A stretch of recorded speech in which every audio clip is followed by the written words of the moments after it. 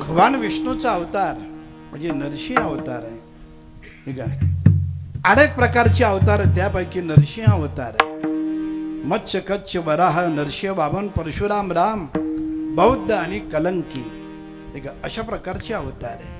हा नरसिंह अवतार आहे. हिरण्यकश्यपू करता नवे नवे प्रल्हादा करता हिरण्यकश्यपूला मारण्याकरता आणि प्रल्हादाला सुख देण्याकरता त्याला जवळ घेण्याकरता आणि मला वाटतं त्याला सर्वस्व आनंद देण्याकरता महान भक्त आहे प्रल्हाद. म्हणजे ज्या प्रल्हादाचं वर्णन भागवतामध्ये सुद्धा सुंदर प्रकारचं वर्णन केलंय. बलिर विभीषणो भीष्मो प्रल्हादो नारद ध्रुवा षडैते वैष्णवतेशाम स्मरणम पापनाशनम. नुसतं प्रल्हादाचं नाव घेतलं तरी सुद्धा पापातून मुक्त होतोय. का? नरसिंह अवतार ज्याच्या करताय तो प्रल्हाद आहे. म्हणून तर वैष्णवांचं वर्णन करत असताना 6 वैष्णव सांगतात. बलिराजा, त्यानंतर विभीषण, भीष्म, ठीक आहे. अर्थात ती 6 जण आहे. त्यामध्ये प्रल्हाद आहे.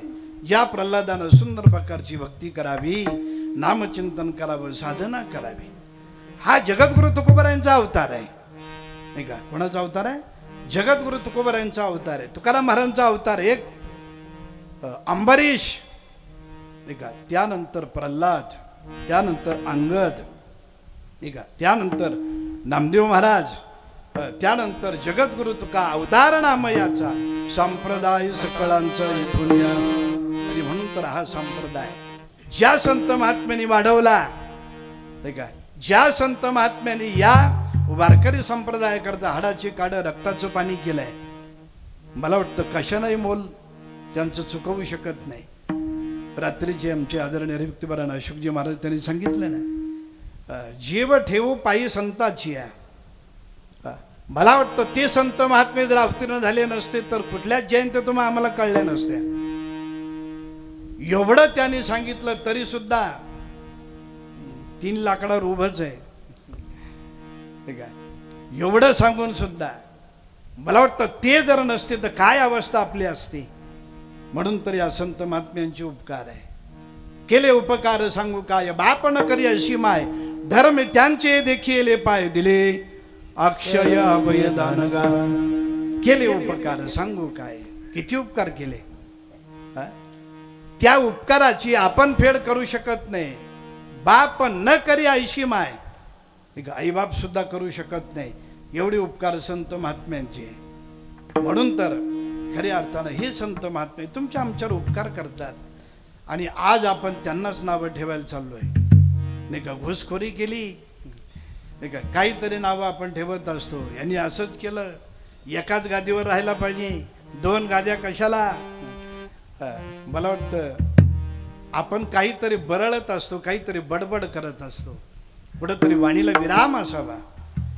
आणि विनाशकाले विपरीत बुद्धी, ज्या वेळेला विनाशकाल येतो ना, मला वाटतं त्यावेळेला विपरीत बुद्धी सुचत असते. काय बोलावं महाराज. देवाला मला वाटतं भक्ताला जर बोललं ना तर ते देवाला सहन होत नाही. माझी आ भक्ता कैची संसाराची चिंता, काय समर्थाची कांता कोरांना मागे. भगवान संसार माझ्या भक्ताला मी एवढं सांभाळतोय. नवे नवे माझे भक्त मला इतके आवडतात, तेही प्राणा परवते. आवडते भक्त निवृत्ते, जे भक्त चरित्राते प्रशंसते. एवढे भक्त मला आवडतात. का आवडतात? प्राणापेक्षा का आवडतात? प्राण सुद्धा प्रिय नाही, इतके भक्त मला प्रिय आहे. का? त्याचं कारण आहे, प्राणापेक्षाही ते माझ्यावर प्रेम करतात. बरं का? प्राणापेक्षाही ते प्रेम करतात. जीवीची या जीवा प्रेम, भावाची या भाव. जीवीची या जीवा प्रेम, भावाची या भाव. जीवीची या जीवा प्रेम, भावाची या भाव. जीवीची या जीवा प्रेम, भावाची या भाव. जीवीची या जीवा प्रेम, भावाची या भाव.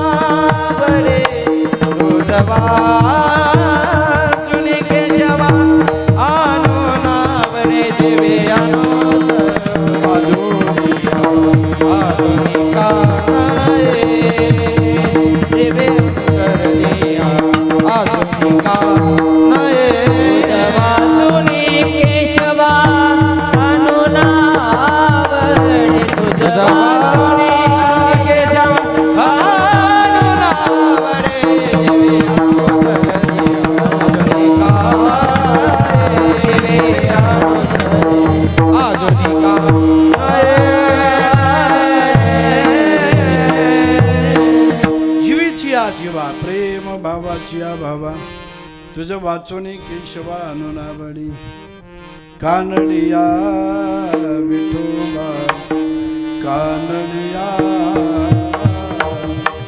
बहु आवडची जीवा पासून बहु आवडची जीवा पासून कानडिया विठोबा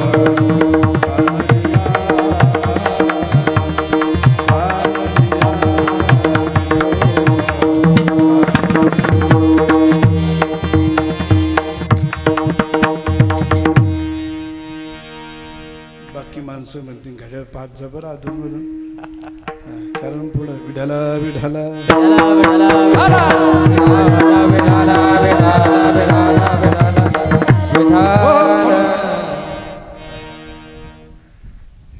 देवावर प्रेम करणारे संत महात्मे भक्त आहेत तेही प्राणापर होते आणि भक्त त्याला म्हणतात देवावरच प्रेम करतात आणि देवाची सेवा करत असतात. ठीक आहे, ज्या वेळेला देवाची सेवा करतात ना मला वाटतं खऱ्या अर्थानं अंतःकरणापासून केल्या जाते. देवाची सेवा अंतःकरणापासून असावी. त्यालाच तर वैष्णव म्हणतात, त्यालाच तर भक्त म्हणतात, त्यालाच तर साधक म्हणतात. ठीक आहे, नवे नवे जीवाईपेक्षा देवावर प्रेम करतो ना त्याला वैष्णव म्हणतात. एका अभंगामध्ये जगद्गुरु तुकोबाराय सांगतात काया वाचा म्हणे झाला विष्णुदास कामक्रोध त्यास बाधितीना. काया वाचा म्हणानं कायिक वाचिक आणि मानसिक अशा प्रकारची त्याची सेवा आहे. कायिक म्हणजे काय ना, वाचिक म्हणजे वाचे ना, मानसिक ठीक आहे अगदी मनानं स्मरण.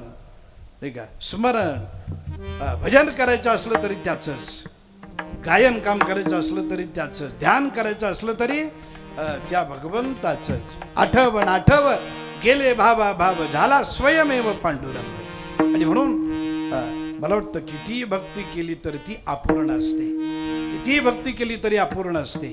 एक भक्तीच अशी आहे की किती केली तरी ती अपूर्ण असते.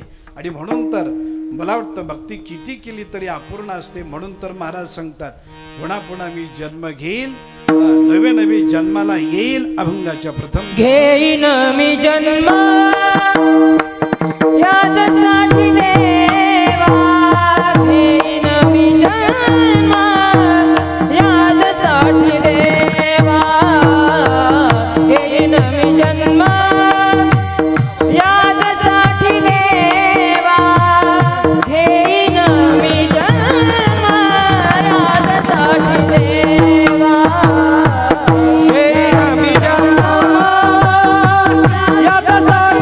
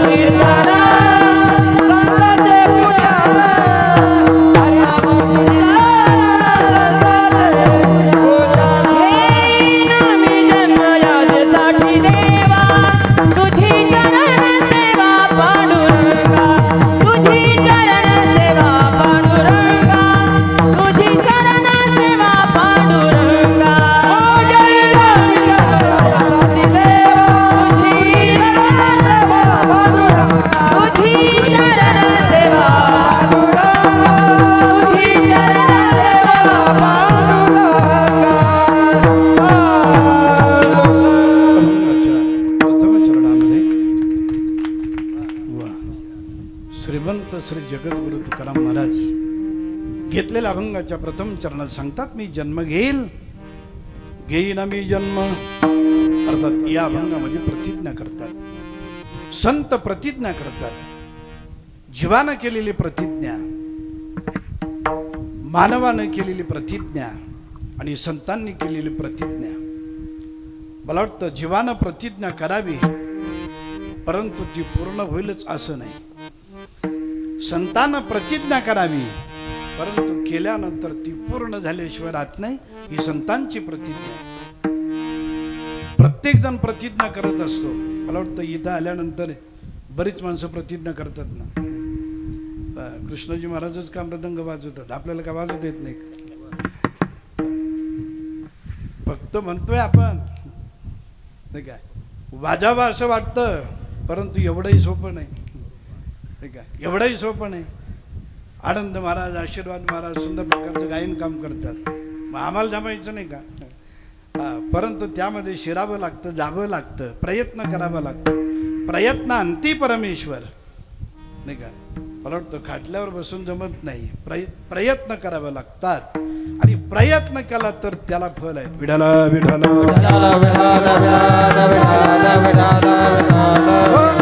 बरेच माणसं म्हणतात चहा घेतली ना ऍसिडिटी होते, चहा घ्यायचीच नाही. प्रतिज्ञा करतं कुठपर्यंत? कपशीचा आवाज येत नाही तोपर्यंत. कपशीचा आवाज आला, माणसं म्हणतात आजची तरी घ्यायला काय हरकत आहे. बरीच माणसं प्रयत्न करतात. एवढा मोठा सप्ताह आपल्या इथं चालू आहे. अरे काही ना काही घेतलं पाहिजे. इथून पुढं आपण, नाही का, इथून पुढं आपण घ्यायची नाही. दुकानाजवळ गेला की विचार करतो आजची तरी घ्यायला काय हरकत आहे. आपल्याला तर सोडायचंच आहे. प्रतिज्ञा टिकत नाही. राजा रावणानं सुद्धा प्रतिज्ञा केली होती, नाही का? राजा रावणानं सुद्धा प्रतिज्ञा केली होती, खारा समुद्र गोड करील, सोन्याला सुगंध आणील, स्वर्गामध्ये जाण्याकरता शिडी लावीन. परंतु एकही प्रतिज्ञा पूर्ण झाली नाही. महाराज राजा रावणाची कथा सांगतोय. आमचे संत महात्मे राजा रावणाचं वर्णन करतात. एवढा ऐश्वर्य संपन्न रावण होता, ज्याच्याकरता भगवान प्रभू रामचंद्राला अवतार घ्यावा लागला, राम म्हणून यावं लागलं, केवळ त्या रावणाला मारण्याकरता. ठीक आहे, तो काय सामान्य होता का? सेवा करायला गेल्यानंतर एक फूल कमी पडलं, एक कमळ कमी पडलं ना, शिर कमल वाहून ठेवलं. ही त्याची काय सेवा, ही त्याची भक्ती आहे. परंतु एवढा जरी रावण असला आणि ऐश्वर्य जर त्याचं पाहिलं तर काय सोनं होतं. मला कोठी घरे जेथे काशा आणि तांब्याची शुद्ध कांचनाची सप्तकोटी. केवढं मोठं ऐश्वर्य होतं. सोन्याची लंका होती. लंका इथं एक अंगठी गप बसत नाही. थोडंसं सोनं राहतं, 17 ठिकाणी सांगत असतं आमच्याकडे एवढं सोनं आहे, आमच्याकडे एवढं सोनं आहे. राजा रावणाकडे जा म्हणजे लक्षात येईल केवढं मोठं ऐश्वर्य आहे. आणि एवढं ऐश्वर्य असून सुद्धा भक्ती कमी नाही. परंतु प्रतिज्ञा केली ना तर ती पूर्ण झाली नाही. जीवाची प्रतिज्ञा पूर्ण होत नाही. इथं संत महात्मे प्रतिज्ञा करतात. जगद्गुरु तुकोबाराय प्रतिज्ञा करतात, घेईन मी जन्म याच्यासाठी देवा. देवा मी जन्म घेईल. देवासमोर बोलतात मी जन्म घेईल. परंतु जन्म तरी कशा करता? जन्म घेता येतो का? जन्म घेणं एवढं सोपं आहे का? आणि जन्म घेणं जर सोपं असेल तर घेईन मी जन्म म्हणायचं काय कारण? विठाला विठाला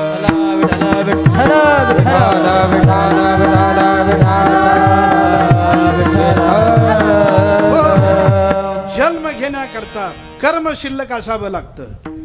जन्म घेण्याकरता पाप शिल्लक असावं लागतं. जन्म घेण्याकरता वासना शिल्लक असावी लागते. संत महात्म्यांच्या बाबतीमध्ये एकही शिल्लक नाही. ज्यांचं पुण्य जर आपण पाहिलं ना, मला वाटतं निर्गुणामधून ते सगुण साकार करू शकतात. एवढी ताकद त्यांच्यामध्ये आहे. केवळ नामचिंतनानं. जगद्गुरु तुकोबाराय सांगतात त्याला आम्ही अवताराला आणतो.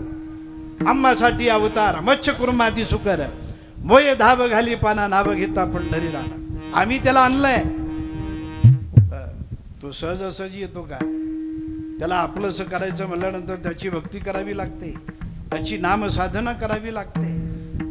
म्हणून तर ज्या वेळेला आम्ही भक्ती करतो ना, अंतकरणापासून करतो, ती भक्ती केल्यामुळं हरी उच्चारणे अनंत पापराशी जाती न लयाशी क्षण मात्र. एवढंच नव्हे, महाराज सांगतात पाप राहील कसं? ज्याचं नाव घेतलं ना की पाप शिल्लक राहत नाही. मग पर्वतासारखं जरी असलं तरी. म्हणून तर हरिपाठामध्ये वर्णन करतात, तृण अग्नी मिळे तैसे नामे केले जपता हरी तैसे नाम केले जपता हरी तैसे नाम केले जपता तृणाग्नी मिळे समरस झाले तृणाग्नी मेळे समरस झाले. ओ तैसे नाम केले जपता तैसे नाम केले जपता हरी. तृणाग्नि मेळे समरस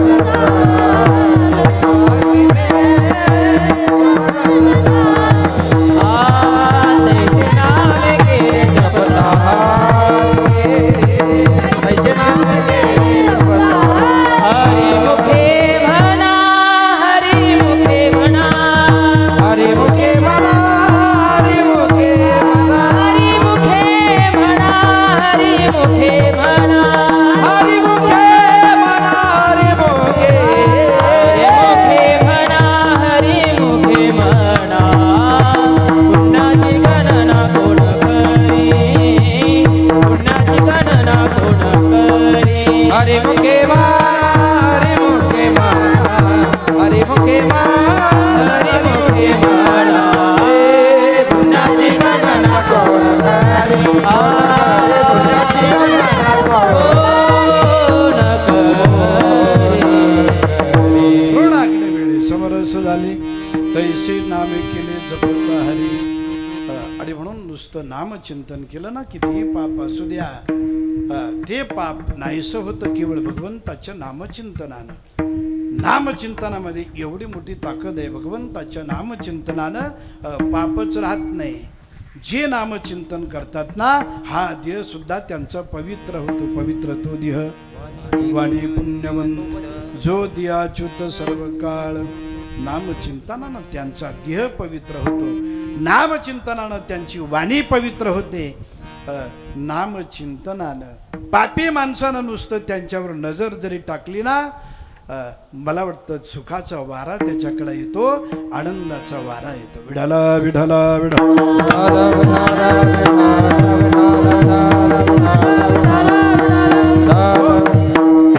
एक वेळचा प्रसंग सांगितला जातो की ज्या वेळेला धर्मराज आणि काही नरकामधून जात असताना, अनेक प्रकारचे नरक आहे, त्या नरकामधून जात असताना जे जीव होते ना, नरक म्हणलं की दुःख आहे, नरक म्हणलं की दुःख आहे. सगळे आरडत होते, बोंबलत होते. पाप केलं की ते दुःख भोगावं लागतं. अनेक प्रकारचे नरक. आणि तिथून धर्मराज चालले. धर्मराज चालल्यानंतर ज्या वेळेला तो वारा यायला लागला ना, बरेच जीव आनंद वाटला. कोण महात्मा आहे, कोण महात्मा आहे पाहण्याकरता गर्दी. त्यामधूनच तो वारा यायला लागला. जसे जसे ते पुढे सरकायला लागले ना, तसे तसे ते म्हणायला लागले, महाराज तिथंच थांबा, तिथंच थांबा, तिथंच थांबा. मला वाटतं यम धर्मानं सांगितलं पुढं चला, पुढं चला. परंतु ते जीव आत्मे होते ना, ते सांगायचे थांबा. म्हणजे कशा करता? तुमचा वारा जरी आला ना तरी आम्हाला आनंद वाटतो. याला संत म्हणतात, याला महात्मे म्हणतात. आणि ती ताकद म्हणजे केवळ नामचिंतनाची आहे. श्रीकृष्ण जय कृष्ण, श्रीकृष्ण जय कृष्ण, ही ज्यांची साधना आहे, ही ज्यांचं नामचिंतन आहे, नरकामध्ये गेलेले त्यांना सुद्धा समाधान वाटावं, आनंद वाटावं. मला वाटतं ही त्यांची साधना आहे. कसं पाप राहील महाराज? तृणाग्नी मिळे म्हणून पाप शिल्लक नाही, कर्म शिल्लक आहे का? अगा कर्मी जे उरावे ते सुख दुःख फळावे, तया ते भोगा यावे देहायका. कर्म शिल्लक असला की जन्म. परंतु महाराज सांगतात धन्य हरिरंगी गुंतल्या वासना, उदास त्या सुना गवळी यांच्या. नाही का? कर्मही शिल्लक नाही. कसं शिल्लक नाही? एके ठिकाणी वर्णन करताना अशा प्रकारचं म्हणतात, कर्मही शिल्लक नाही. सहज कर्मे ती झाली ब्रह्मार्पण, सहज कर्मे ती झाली ब्रह्मार्पण. जनन रे हा अवघा जनार्दन, जनन रे हा अवघा जनार्दन. ऐसे ऐकता निवती साधू जन, ऐसे ऐकता निवती साधू जन. एका जनार्दन मानले निज गुण, झाली संध्या संध्या माझा वेला, आत्मला झाली संध्या संध्या माझा आत्मला.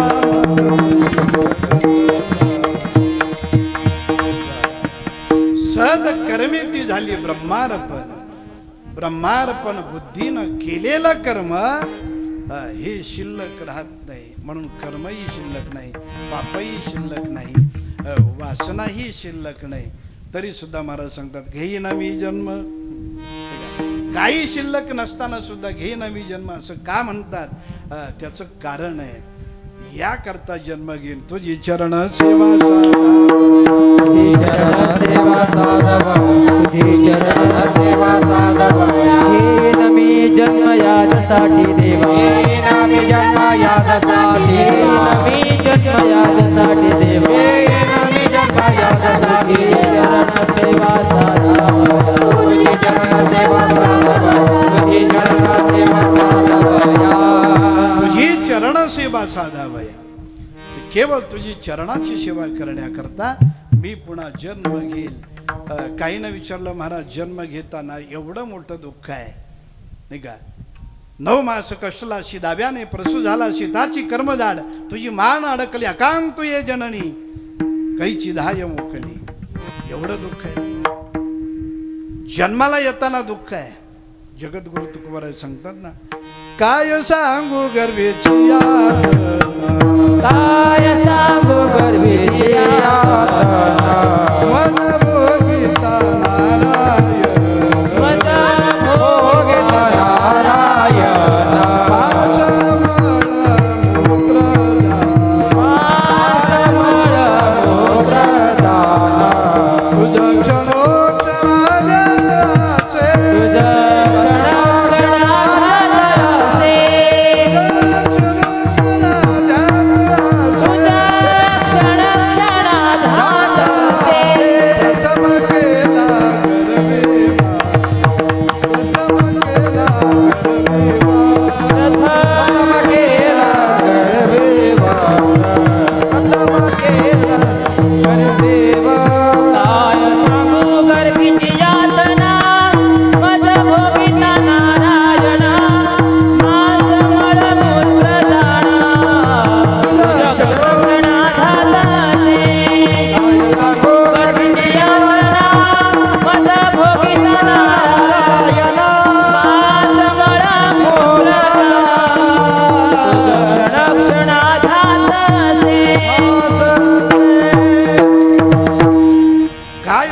गर्भीची यातना. केवढं मोठं दुःख आहे. जन्मताना दुःख आहे, मरताना दुःख आहे. ठीक आहे, जन्मताना किती दुःख आहे, त्याही पेक्षा मरताना दुःख आहे. सांगतात मला वाटतं एका विंचवानं दंश केल्यानंतर किती त्रास होतो. जाजू शेठ मला वाटतं ज्याला चावतं त्यालाच माहिती. दुसरे नुसतं विचारतात चावला का काय. त्यांच्या भावाकडे त्यांच्याकडे आता आहे का पण चला बेटा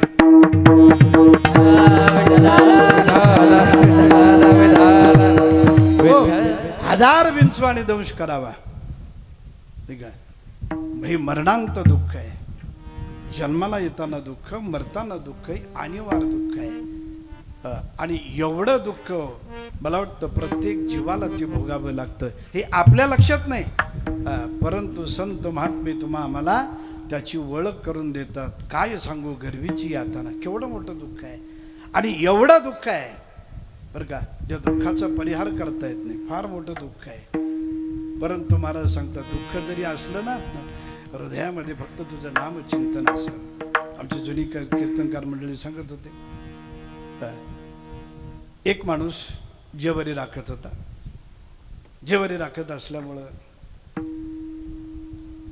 गोफण घ्यायची, त्या गोफणीमध्ये दगड आणि ती फिरवायची. फिरवली की पाखरं उडून जायची, पाखरं उडून जायची. अलीकडं आता जेवरीच राहिली नाही, कमी प्रमाण झालं. पडून ती उडवायची. गोफण फिरवली की त्याच्यातून दगड निसटायचा. दगड निसटला की पाखरं पळून जायची. तेवढ्यामध्ये एक माणूस पायी चाललेला होता. पायी चाललेला असल्यामुळं यानं काय केलं, त्या गोफणीमध्ये दगड घेतला आणि फिरवला. फिरवल्यानंतर जो दगड निसटला तो चालला होता ना, एक जण त्याच्या पाठीत बसला. पाठीत बसल्यानंतर खालीच बसला तो. दगड बी लहान नव्हता, चांगला होता. आणि खाली बसल्यानंतर तो म्हणायला लागला, मी कोणाच्या आद्यात नाही मध्यात नाही, मी कधी कोणाला बोलत नाही, कोणी बोललं तरच बोलतो, तरी सुद्धा एवढा मोठा दगड मला कोणी मारावा, का मारावा. तेवढ्यामध्ये त्यानं विचार केला, जो दगड आपल्याला हाणला ना, किंवा तो दगड आहे का ढेकळ आहे हे तरी पाहावं. आणि म्हणून ज्या वेळेला तो पाहायला लागला, पाहायला लागल्यानंतर तो दगड होता, परंतु कशाचा होता, सोन्याचं दगड होतं. सोन्याचं दगड पाहिल्याबरोबर त्याला जे दुःख झालेलं होतं ना, ते लगेच गेलं. तटकन उभा राहिला आणि उभा राहिला त्याला सांगितलं, हे कोण आणणार आहे, त्याला अजून 10 झाले तरी चालतील. आता मला वाटतं पहिल्या दगडानं दुःख कमी झालं का. दगड पाहिला म्हणून दुःख कमी झालं. त्याचं कारण आहे, दगड लागला दुःख झालं, परंतु तो सोन्याचा आहे म्हणून ते दुःखच राहिलं नाही. तसं संत महात्मे सांगतात, जन्माला येताना दुःख आहे, परंतु हृदयी असता नाम तुझे. गर्भवासी दुःख नाही येता जाता, हृदयी असता नाम तुझे. गर्भवासामध्ये किती दुःख असलं ना, परंतु तुझं नाम मात्र कुठं असावं, मुखामध्ये असावं. आणि जर मुखामध्ये ते नामचिंतन असेल तर मग त्या दुःखाचं सुद्धा काही वाटत नाही. म्हणून जगद्गुरु तुकोबाराय सांगतात, तुझी चरण सेवा साधावया. या करता तर खऱ्या अर्थानं मी ती सेवा निश्चित अशा प्रकारची करील, परंतु कोणती सेवा कराल त्यावेळेला जगद्गुरु तुकोबाराय दुसऱ्या चरणात सांगतात, हरिनाम कीर्तन संताचे पूजन. हरिनाम कीर्तन संताचे पूजन. हरिनाम कीर्तन संताचे पूजन. हरिनाम कीर्तन संताचे पूजन. हरिनाम कीर्तन संताचे पूजन. हरिनाम कीर्तन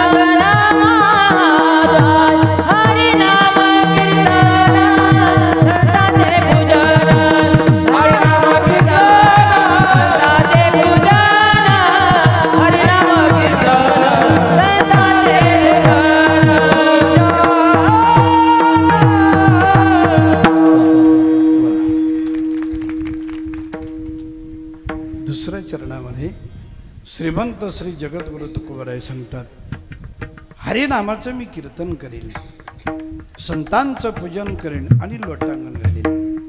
हरिनाम कीर्तन, हरिनाम कीर्तन हे सगळ्यात सोपं आहे. नामसंकीर्तन साधन पै सोपे, जळतील पापे जन्मांतरे. सगळ्यात सोपं भगवंताचं नामचिंतन आहे. आणि ते नामचिंतन करेन. अनेक प्रकारचं कीर्तन आहे, परंतु इथं शब्द वापरत असताना हरिनाम कीर्तन, नुसतं कीर्तन नाही, हरिनाम कीर्तन. रू आरती पापाने पाप शिल्लक राहत नाही, हरिनाम आहे म्हणून तर हरिनाम कीर्तन. म्हणून तर महाराज सांगतात, ती कीर्तन मी करील जे नामचिंतन. मी मुखामध्ये देवाचं नामचिंतन करतो. रामकृष्ण गीती गात, टाळ चिपळ्या वाजवीत, छंदे आपुल्या नाचत, निज घेऊन फिरत गात. आणि म्हणून अशा प्रकारचं मी काय करील, कीर्तन करेल. गुण कीर्तन, लीला कीर्तन, नाही का, अनेक प्रकारची कीर्तन आहे. वास्तविक पाहिलं तर लीला कीर्तन म्हणजे भगवंतानं केलेल्या लीला त्यांचं वर्णन करणं, त्याला लीला कीर्तन म्हणतात. गुण कीर्तन, भगवंताचे अनेक प्रकारचे गुण आहे. अनंत म्हणती माझी या स्वामी ते, अनंत गुण त्या ते म्हणून या. अनेक प्रकारचे गुण आहे, त्याचं वर्णन करणं, नवे नवे पुन्हा पुन्हा त्याला खऱ्या अर्थानं आवृत्ती देणं, तेच वर्णन करत राहणं, यालाही कीर्तन म्हणतात. म्हणून कीर्तन म्हणजे खऱ्या अर्थानं पाप जाण्याचं साधन आहे. एका ठिकाणी वर्णन करताना अशा प्रकारचं वर्णन केलंय, कीर्तन चांग होय अंग हरिरूप. का अंग सुद्धा हरिरूप होत आहे, एवढी ताकद त्या कीर्तनामध्ये आहे. म्हणून तर नारद महर्षीपासून चालत आलेली ही परंपरा आहे बरं का. तरी कीर्तनाचे नटनाचे नाशिले व्यवसाय प्रायश्चित्ताचे, जे नामाचे नाही पापाचे असे केले, यमदमा अवकळा आणली, अशा प्रकारचं वर्णन केलं. म्हणून ते कीर्तन अशा प्रकारचं आहे की ती एकाला नाही तर त्या कीर्तनामध्ये जेवढे असतील ना की ते सगळ्याला ती आनंद देणार आहे, नाही का, आनंद देणार आहे. जसं नावेमध्ये जितके बसलेले आहे तितके सगळे तरुण जाऊ शकतात, नाही का, सगळे तरुण जाऊ शकतात जेवढे नावीत बसलेले आहे. त्याप्रमाणे कीर्तन असं आहे की ब्रह्मभूत काया होत असे कीर्तने, भाग्य तरी ऋणी देव ऐसा. आणि म्हणून अशा प्रकारचं ते कीर्तन जगद्गुरु तुकोबराय सांगतात, हरिनाम कीर्तन. पाप जाण्याकरता मी कीर्तन करीन, हरिनामाचं कीर्तन करीन. आणि त्यानंतर पुढे सांगतात संतांचं पूजन करीन. जे संत महात्मे मला भेटले ना माझ्या भाग्यानं, संत महात्मे भेटणं अत्यंत अवघड आहे, बहु अवघड आहे संत भेटी, परी जग जेठी करुणा केली. संत महात्मे भेटत नाही, दुर्लभ असतात. म्हणून असे जे संत महात्मे भेटले, ते भेटण्याकरता काय करावं लागतं. मला वाटतं जगद्गुरु तुकोबारायांना सुद्धा देवाकडे प्रार्थना करावी लागते. कोणत्या पुण्यानं ते संत महात्मे भेटू शकतात, याकरता कोण पुण्य त्यांचा होईल सेवक, जी द्वंद्वाधिक दुराविले, ऐशे वर्म मज दावी नारायण, अंतरीच्या खुना प्रगट होणे. म्हणून संत महात्मे भेटणं अत्यंत अवघड आहे. चंद्र अमृत सुखी शिववील, असता जाता रवी धरवील, बाह्य हेळा सागर तरवील, परी त्या साधूची भेटीनं होईल गा. ठीक आहे, संत महात्मे भेटणं अत्यंत अवघड आहे. जर भेटावं असं जर वाटत असेल तर त्या ठिकाणी पुण्य असावं लागतं, आणि पुण्य असेल तर संत महात्मे सहज भेटू शकतात. भाग्याचा उदय ते जोडी संत पाय. किंवा पुण्य जर असेल, पुण्य फळले बहुता दिसा, भाग्य उदयाचा ठसा, झालं सन्मुख तो कैचा, संत चरण पावलो, पुण्य फळले बहुता दिसा, पुण्य फळले पुण्य फळले बहुता दिसा, पुण्य फळले बहुता दिसा, भाग्य उदयाचा ठसा, भाग्य उदयाचा साधू सन्मुख तो कैचा, सन्मुख तो तैसा, सन्मुख तो तैसा, पावलो संत चरणी पावलो.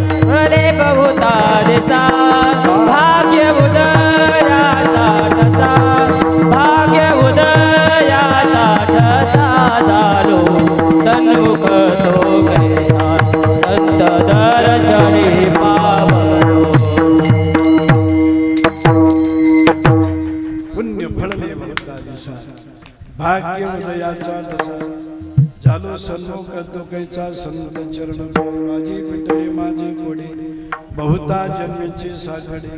बरोबर पुण्य असेल तर संत महात्मे भेटतात आणि पुण्य नसेल तर जवळून जरी गेले ना तरी ते संत महात्मे ओळखता येत नाही.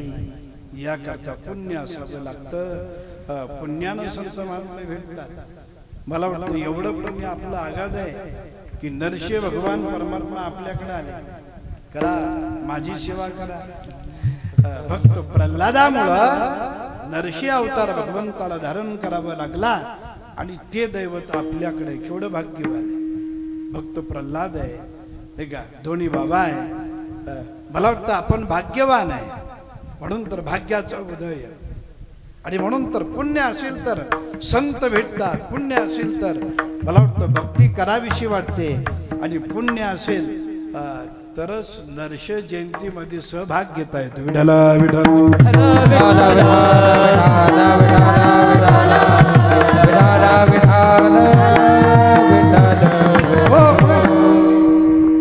हरिनाम कीर्तन संतांचे पूजन म्हणून महाराज सांगतात त्या संतांचं मी पूजन करील.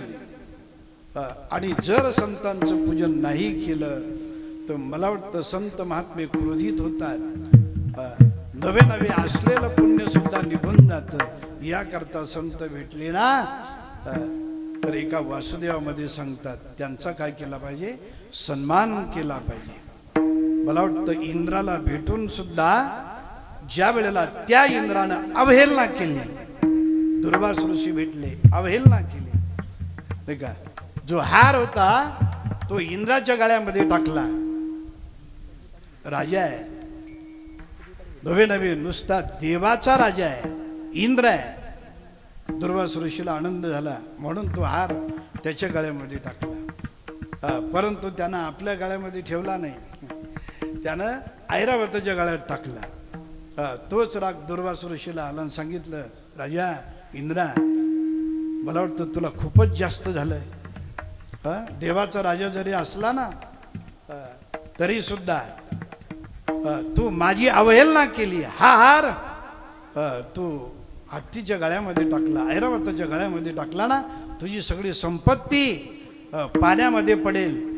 मला वाटतं सगळं ऐश्वर त्याचं संपलंय नाही का. पुढं युद्ध झालं आणि सगळं ऐश्वर त्या राक्षसाने हिरवून घेतलं.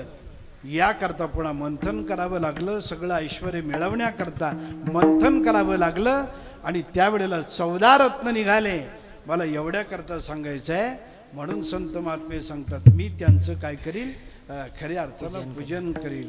घाली संताची आसने पूजा करी काया वाचा म्हणी एका जनार्दनी जाणे इच्छिले ते पुरवी.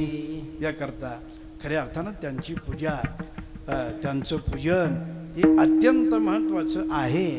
आणि त्यांची जर पूजा केली तर देवाची सुद्धा पूजा होते. देवते संत देवते संत निमित्त त्या प्रतिमा. आणि म्हणून देवाला देखील आनंद होतो कारण ते प्राणापेक्षा प्रिय असल्यामुळं. म्हणून जगद्गुरु तुकोबाराय सांगतात हरिनाम कीर्तन. पुढे सांगतात संतांचे पूजन गालो लोटांगण महाद्वारी.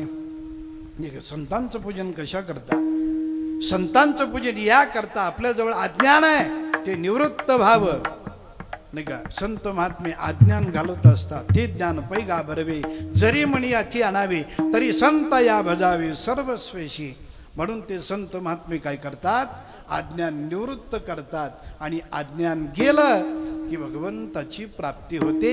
आहे तो भगवान परमात्मा तुम्हा आम्हाला कळत असतो. याकरता जगद्गुरु तुकोबाराय सांगतो हरिनाम कीर्तन संतांचे पूजन घालो लोटांगण महाद्वारी. आणि मी लोटांगण घालील अर्थात त्या महाद्वारामध्ये. लोटांगण कशा करता तर लोटांगण या करता अहंकार जावा नाही का. अहंकार असेल तर मला वाटतं देवाची सेवा करणं उपयोग होणार नाही. भगवान परमात्म्याला अहंकार चालत नाही. आणि अहंकार असा आहे नवल अहंकाराची गोटी विशेष न लागे अज्ञानापाठी सज्ञानाचे झोंबी कंठी नाना संकटी नाचवी. याकरता अज्ञान हे अत्यंत कठीण आहे. अहंकार त्याही पेक्षा अहंकार फार कठीण आहे आणि तो परमार्थामध्ये येत राहतो. याकरता संतांकडे गेलं ना की आपला अहंकार बाजूला ठेवला पाहिजे. त्यांच्याकडे गेलं की सगळं टाकून त्यांना समर्पित व्हायचं आहे. म्हणून तर साष्टांग प्रणिपात आहेत नाही का. तुका करी प्रणिपात नाही का. दंडवत आचार्या म्हणून तर संत भेटले ना अष्टांगानं त्यांना साष्टांग नमस्कार करायचा. आणि असा जर नमस्कार केला तर अज्ञान निवृत्त होतं आणि भगवंताची प्राप्ती करून देतात. म्हणून तर हाती धरून या पावविली घरा त्यांच्या उपकारा काय द्यावे. म्हणून संत महात्मे देवापर्यंत नेतात, देवाची प्राप्ती करून देतात, अज्ञान निवृत्त करतात. आणि लोटांग घातलं की अहंकार जातो आणि अहंकार गेला की मला वाटतं जीवनामध्ये आनंदच आनंद आहे. आणि म्हणून जगद्गुरु तुकोबराय तिसऱ्या चरणामध्ये आनंदे निर्भर शोभलते ठाई आनंदे निर्भर शोभलते ठाई आनंदे निर्भर शोभलते ठाई निर्भर शोभलते ठाई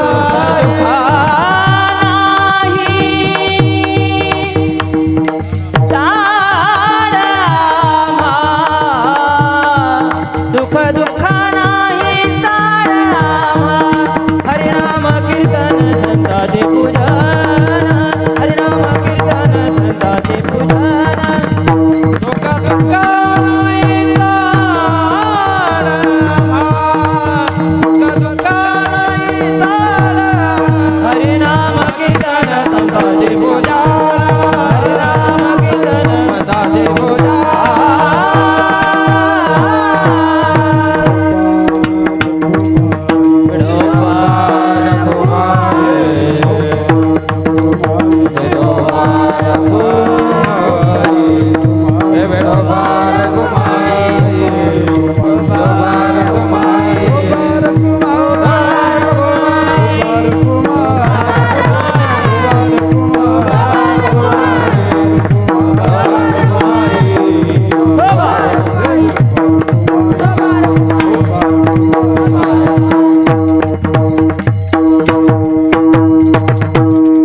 आनंदी निर्भय असो भलते ठाई सुखदुःखा नाही चाड आम्हा.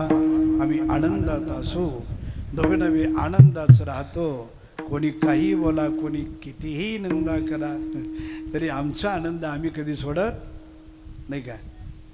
आनंदाचे डोई ठीक आहे.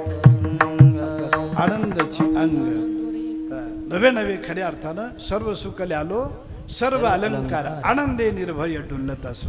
म्हणून आम्ही आनंदात असतो, भजन करतो, नामचिंतन करतो ना, साधना करतो. त्यामुळं आनंदे निर्भय असो भलती ठाई. कुठेही असलो तरी भलती ठाई. आणि पुन्हा कुठल्याही प्रकारचं भय नाही, कुठल्या प्रकारची भीता नाही. आम्हा भय चिंता नाही धाक जन्म मरण काही एक झाला ये लोकी परलोक आले सकळी क वैकुंठ. आणि म्हणून भय नाही भीती नाही. काळाची सुद्धा आम्हाला भीती नाही. नवे नवे कशाचीच भीती नाही. भोगे रोग भयम कुले च्युती भयम भीते नृपालात भयम. त्यांना भीती आहे ठीक आहे. कोणाला भीती आहे. भोगे रोग भयम. रोग कोणाकडे असतात. जे भोग घेतात त्यांच्या मागे रोग आहे ठीक आहे. जे सकाळीच उठतात उठा जागे वारे आता.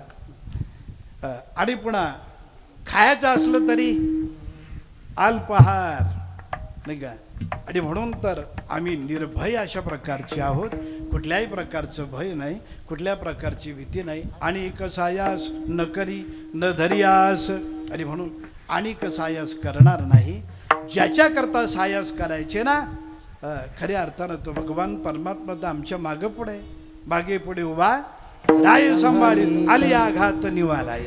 नामचिंतन केलं की तो भगवान परमात्माच आमच्या जवळ आहे. म्हणून तर मला सांगतात कोठे नका पाहू करा हरी कथा तेथे अवचिता सापडेल. काही करू नका तो भगवान परमात्मा तिथं सापडेल ना. त्याला इकडे तिकडे पाण्याची काही गरज आहे का. नाम वसामी वैकुंठी योगी नाम हृदये रवो मत भक्ता यत्र गायंती तत्र तिष्ठामी नारद. माझे भक्त गाती जेथे नारद आम्ही उभा तेथे. त्या ठिकाणी मी उभा असतो. मला पाहण्याची गरज नाही. फक्त नामचिंतन केलं ना की त्या ठिकाणी असतो. काही सांगतात महाराज एवढं तुम्ही करता, ठीक आहे, एवढं तुम्ही करतात, परंतु मोक्षाचा कधी विचार केला? जगद्गुरु तुकोबाराय शेवटच्या चरणात सांगतो, मोक्ष कामारे ते दासे, मोक्ष माघारी कामारे ते दासे, मोक्ष माघारी कामारे ते दासे, मोक्ष माघारी कामारे ते दासे.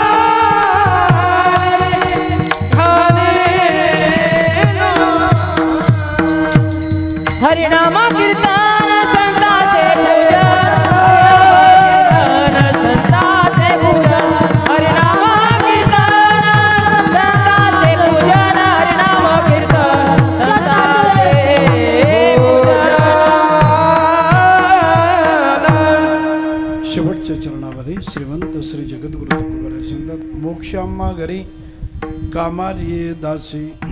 मोक्ष दाशीप्रमाणे आमच्या इथं काम करतो. मोक्ष मिळवण्याकरता आम्ही प्रयत्न करत नाही, प्रयत्न करतो फक्त नामचिंतन करण्याकरता. घेईन मी जन्म याचसाठी देवा. मोक्ष आम्हाला लागत नाही, मोक्षाची आम्हाला गरज नाही. मोक्ष सुखा हनो लाता असंही म्हणतात. एके ठिकाणी तर असंही वर्णन करतात, जगद्गुरु तुकोबराय वर्णन करताना, तो मोक्ष आम्हाला लागत नाही.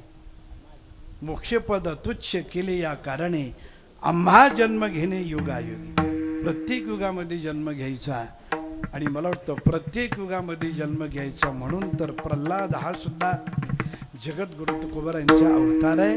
आणि त्या अवतारामध्ये सुद्धा अशी भक्ती केली. श्रीमन्नारायण नारायण नारायण भजमन नारायण नारायण नारायण लक्ष्मी नारायण नारायण नारायण भजमन नारायण नारायण नारायण सूर्य नारायण नारायण नारायण श्रीमन नारायण नारायण नारायण श्रीमन नारायण नारायण नारायण. बसताना उठताना जेवताना आमटी भाकर असेल, बट्ट्या असतील, कालपट्ट्या होत्या मला वाटतं, ठीक आहे. काही करत असताना निजल्या निघाता उभा नारायण नारायण नारायण अशा प्रकारचं भजन करावं. म्हणून मोक्ष घेतला की जन्माला येता येत नाही आणि आम्हाला पुन्हा पुन्हा पुन्हा पुन्हा जन्म घ्यावा लागतो केवळ भक्तीचा आनंद घेण्याकरता. म्हणून घेईन मी जन्म. ज्ञानेश्वर माऊली महाराज महाराजाडेश्वर माऊली, ज्ञानराज माऊली.